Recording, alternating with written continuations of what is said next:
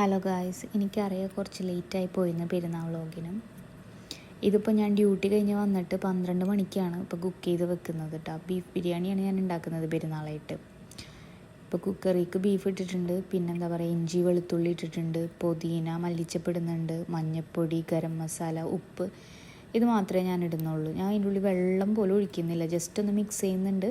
പിന്നെ ഞാനൊരു 4-5 വിസിലടിച്ചിട്ട് ഉണ്ടാക്കിയെടുക്കുകയാണ് ചെയ്യുന്നത്. ഇത് ഭയങ്കര സിമ്പിളായിട്ടും ഈസി ആയിട്ടുള്ള റെസിപ്പിയാണ്. ഞാൻ യൂട്യൂബിൽ നോക്കിയിട്ടാണ് ഉണ്ടാക്കുന്നത്. രാവിലെ അമ്മ ഭയങ്കര റഷായതുകൊണ്ടാണ് ഇപ്പം ഉണ്ടാക്കി വെക്കുന്നതല്ല. അത് കഴിഞ്ഞിട്ട് പിന്നെ സവാളയുടെ തൊലി ഒലിക്കുകയാണ്. ഇതെനിക്ക് ഒട്ടും ഇഷ്ടമല്ലാത്ത കാര്യം. ഇതെപ്പോൾ ഒലിച്ച് കഴിഞ്ഞ് കഴിഞ്ഞാൽ എന്താ പറയുക, ഭയങ്കരമായിട്ട് കണ്ണിൽ നിന്ന് വെള്ളം വരും. ഒരു 5-6 സവാള എടുക്കുന്നുണ്ട്. പിന്നെ ഞാൻ അതിൻ്റെ ഉള്ളിൽ നിന്ന് ഒരു സവാള എടുത്തിട്ട് നന്നായിട്ട് പൊരിച്ചെടുക്കുന്നുണ്ട്. അതായത് ഇത് ഇടുമ്പോൾ നല്ലൊരു ടേസ്റ്റാണ്. കറിക്ക് വേണ്ടി തന്നെയാണ് ഞാനത് എടുക്കുന്നത്. പൊരിച്ചെടുത്തതിന് ശേഷം ബാക്കിയുള്ള സവാള ഞാൻ നന്നായിട്ട് വഴറ്റിയെടുക്കുകയാണ് ചെയ്യുന്നത്. ഈ നേരം കൊണ്ട് നാട്ടിലുള്ളവരെ ഞാൻ വിളിക്കുന്നുണ്ട് ഈദ് മുബാറക്കൊക്കെ വിഷ് ചെയ്യാൻ വേണ്ടിയിട്ട്. കാരണം അവിടെ നാട്ടിൽ എന്താ പറയുക, ഒരു 1 ഡേ ഡിഫറൻസ് ഇവിടെയും അവിടെ ഉണ്ട്.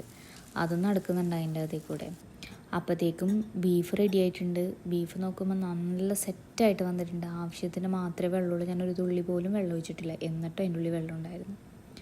നല്ല സെറ്റായിട്ട് വന്നിട്ടുണ്ട്, നല്ല പെർഫെക്റ്റായിട്ട് കുക്കായിട്ട് വന്നിട്ടുണ്ട്. അത് കഴിഞ്ഞ് കഴിഞ്ഞപ്പോഴത്തേക്കും സവാളയും പിന്നെ തക്കാളിയും കൂടി നല്ല പെർഫെക്റ്റായിട്ട് എന്താ പറയുക, ഇങ്ങനെ ഉടഞ്ഞ രീതിയിൽ ഞാൻ ആക്കിയെടുത്തിട്ടുണ്ട്. അങ്ങനെ ആക്കിയെടുക്കണം. തക്കാളി നന്നായിട്ട് നല്ല ഇതിലിങ്ങനെ ലയിച്ച് വന്നാലേ നല്ല ടേസ്റ്റ് ഉണ്ടാവുള്ളൂ. പിന്നെന്താ പറയുക, ഇഞ്ചി വെളുത്തുള്ളി പച്ചമുളകും കൂടി മിക്സ് ചെയ്തിട്ട് ഇടുന്നുണ്ട്. അതിൻ്റെ കൂടെ പിന്നെ ബീഫ് ഇട്ട് കൊടുത്തു. പിന്നെ കുറച്ച് മസാല ഇടുന്നുണ്ട്, മുളക് പൊടി, മഞ്ഞൾപ്പൊടി, ഗരം മസാലയും കൂടി ഇതിലേക്ക് ഇടുന്നുണ്ട്. അത് കഴിഞ്ഞിട്ട് മല്ലിച്ചപ്പും പുതിന ഇട്ട് നന്നായിട്ട് ഇങ്ങനെ വറ്റിച്ചെടുക്കുന്നുണ്ട്. ഒരു ഗ്രേവി, കുറച്ച് വെള്ളം ഉണ്ടായിരുന്നല്ലോ ബീഫിൽ. അപ്പോഴത്തേക്ക് നല്ലൊരു സ്മെല്ല് വരുന്നുണ്ട്. പെർഫെക്റ്റായിട്ട് കുക്കായിട്ടുള്ളൊരു എന്താ പറയുക, ഒരു പൊറോട്ടയുടെ ഒക്കെ കൂടെ കഴിക്കാൻ പറ്റുന്ന തരത്തിൽ അത്രയും അടിപൊളിയായിട്ട് വന്നിട്ടുണ്ടായിരുന്നു. പിന്നെ ചോറ് ദമ്മിടുന്ന പ്രോസസ്സാണ്. ഓൾറെഡി മസാല ഇട്ടിട്ടുണ്ട്, പിന്നെ ചോറിടുന്നുണ്ട്. ഇത് തന്നെ കുറച്ചൊന്ന് റിപ്പീറ്റ് ചെയ്തിട്ട് അടപ്പൊന്ന് വെച്ച് ഞാൻ ദമ്മിടണം. പിന്നെ ചിക്കൻ മസാല, ഒരു ബേസിക് ആയിട്ടുള്ളൊരു മാഗ്നേഷനാണ്, കുറച്ച് പൊരിക്കാൻ വേണ്ടി. പിന്നെ ചിക്കൻ കറി ഉണ്ടാക്കിയിട്ടുണ്ട്. അതും ഒരു സിമ്പിളായിട്ടുള്ള പൊരിക്കാനാണ് ഞാൻ ചിക്കൻ കറി വെച്ചിട്ടുള്ളത്. പിന്നെ പത്തിരി ഉണ്ടാക്കി, എളുപ്പം പത്തിരിയൊക്കെ ഉണ്ടാക്കി കഴിഞ്ഞിട്ട് കുറേ ഒന്നും ഉണ്ടാക്കിയില്ല, കുറച്ച് ഉണ്ടാക്കിയുള്ളൂ. പിന്നെ ചിക്കൻ 1 മണിക്കൂർ വെച്ചതിന് ശേഷം ചിക്കൻ ഫ്രൈ ചെയ്തെടുത്തിട്ടുണ്ട്. ഗായ്സ്, ഇന്ന് ഇതാണ് കുക്കിംഗ് ഒക്കെ കഴിഞ്ഞുകൊണ്ട് എന്താ പറയുക, ഇനി ഒരുങ്ങിയാൽ മതി. രാവിലെ തന്നെ ഒരുങ്ങുന്നൊരു പരിപാടിയിലാണ്. ആദ്യം കോണ്ടാക്ട് ലെൻസ് വെക്കണം. ഞാൻ വലത്തേ കണ്ണിൻ്റെയാണ് വെക്കുന്നത്. ഞാനങ്ങനെ ഇന്നും വെക്കാറൊന്നുമില്ല, പക്ഷെ ഞാൻ ഇടയ്ക്ക് വെക്കും. ഇവിടെ ഇങ്ങനെ മഴയൊക്കെ വരുന്ന സമയത്ത് ഗ്ലാസ് വെക്കുമ്പോൾ ഭയങ്കര ബുദ്ധിമുട്ടാണ്. അതായത് ഭയങ്കര ഒരു ഫോഗി എഫക്റ്റ് ഗ്ലാസ്സും ഉണ്ടാകും. മഞ്ഞാകുമ്പോഴും ചില നേരത്ത് ബുദ്ധിമുട്ടാണ്. അപ്പം അങ്ങനെ വെച്ചിട്ടാണ് ഞാൻ ലെൻസ് എടുത്തത്, പക്ഷെ ഞാനൊന്നും വെക്കാറില്ല. അപ്പം ഇന്ന് ഞാനിപ്പോൾ ഒരുങ്ങാൻ വേണ്ടി ലെൻസ് വെക്കുകയാണ് ശരിക്കും. അത് കുറച്ച് കഷ്ടപ്പാടാണ് ലെൻസ് വെക്കാനായിട്ട്. അതിൻ്റെ ഒരു സന്തോഷം നിങ്ങൾ കാണുന്നത് ലെൻസ് സെറ്റായേണ്ടത്. പിന്നെ അടുത്തത് ഞാനെന്താണ്, നന്നായിട്ട് എന്താ പറയുക, മോയ്സ്ചറൈസർ ചെയ്യുന്നുണ്ട്. അതായത് ഇവിടുത്തെ ക്ലൈമറ്റിൽ പെട്ടെന്ന് ഡ്രൈ ആവും. അപ്പോൾ ഞാൻ സ്നെയിൽ മ്യൂസിന് ഇടുന്നുണ്ട്. പിന്നെ അത് കഴിഞ്ഞിട്ട് ഒരു നയസിനമൈഡാണ്, അതിടുന്നുണ്ട്. എളുപ്പം, അതായത് ഇതൊക്കെ എൻ്റെ സ്കിന്നിന് അത്യാവശ്യം ബ്ലെൻഡായി പോകുന്ന കുറച്ച് കാര്യങ്ങളാണ്. അത് എളുപ്പം ഞാൻ മുഖത്തിട്ടിട്ട് നന്നായിട്ട് ഞാനത് എന്താ പറയുക, ഒന്ന് ജസ്റ്റ് ഇങ്ങനെ എല്ലായിടത്തും മുഖത്ത് ഓവറോളൊന്നും ആക്കി കൊടുക്കുന്നുണ്ട് നല്ല വൃത്തിക്ക്. കാരണം കുറച്ച് നേരം കഴിയുമ്പോൾ എന്താ പറയുക, അവിടെ ഇവിടെയൊക്കെ ഓരോ പാച്ച് മാതിരി ഇങ്ങനെ ഇരിക്കും. നമ്മളൊന്നും ചെയ്തില്ലെങ്കിലും വരെയും ഡ്രൈ ആവും സ്കിന്ന്. അപ്പോൾ അത് നന്നായി ചെയ്യുന്നുണ്ട്. പിന്നെ അത് കഴിഞ്ഞിട്ട് എൻ്റെ ഫേവറേറ്റ് ആയിട്ടുള്ള മോയ്സ്ചറൈസർ സെറാവി. ഇത് തന്നെയാണ് ഞാൻ മേത്തും യൂസ് ചെയ്യുന്നത്, മുഖത്തും ഞാനിത് തന്നെ യൂസ് ചെയ്യുന്നത്. അത്യാവശ്യം ഞാൻ നാട്ടിലൊക്കെ വെച്ചിരിക്കുമ്പോൾ ഞാൻ എന്തെങ്കിലും മോയ്സ്ചറൈസർ യൂസ് ചെയ്യുമ്പോൾ എൻ്റെ കളറ് ഒരു ഡള്ളായിട്ട് എനിക്ക് തോന്നും, ഒരു ടോൺ അടിയിലേക്ക് പോകും.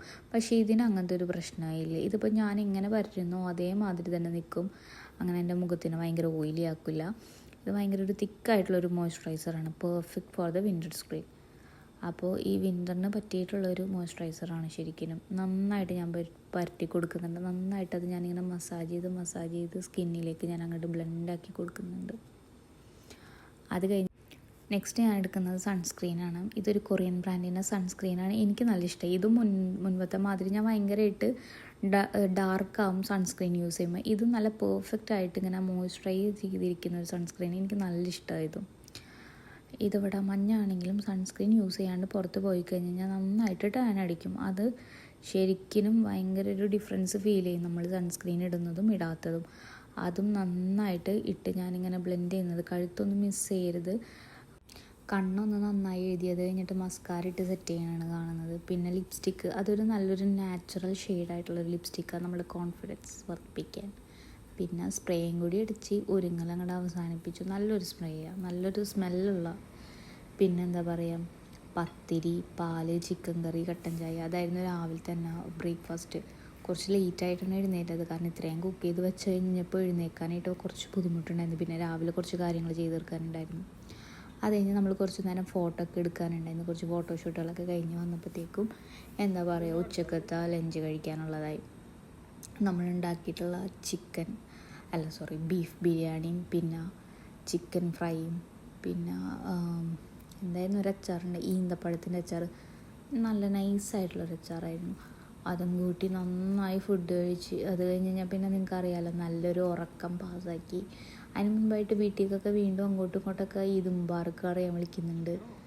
പിന്നെ രാത്രി ആയപ്പോഴത്തേക്ക് എന്താ പറയുക, ആട് 2 കാണാനായിട്ട് പോയി.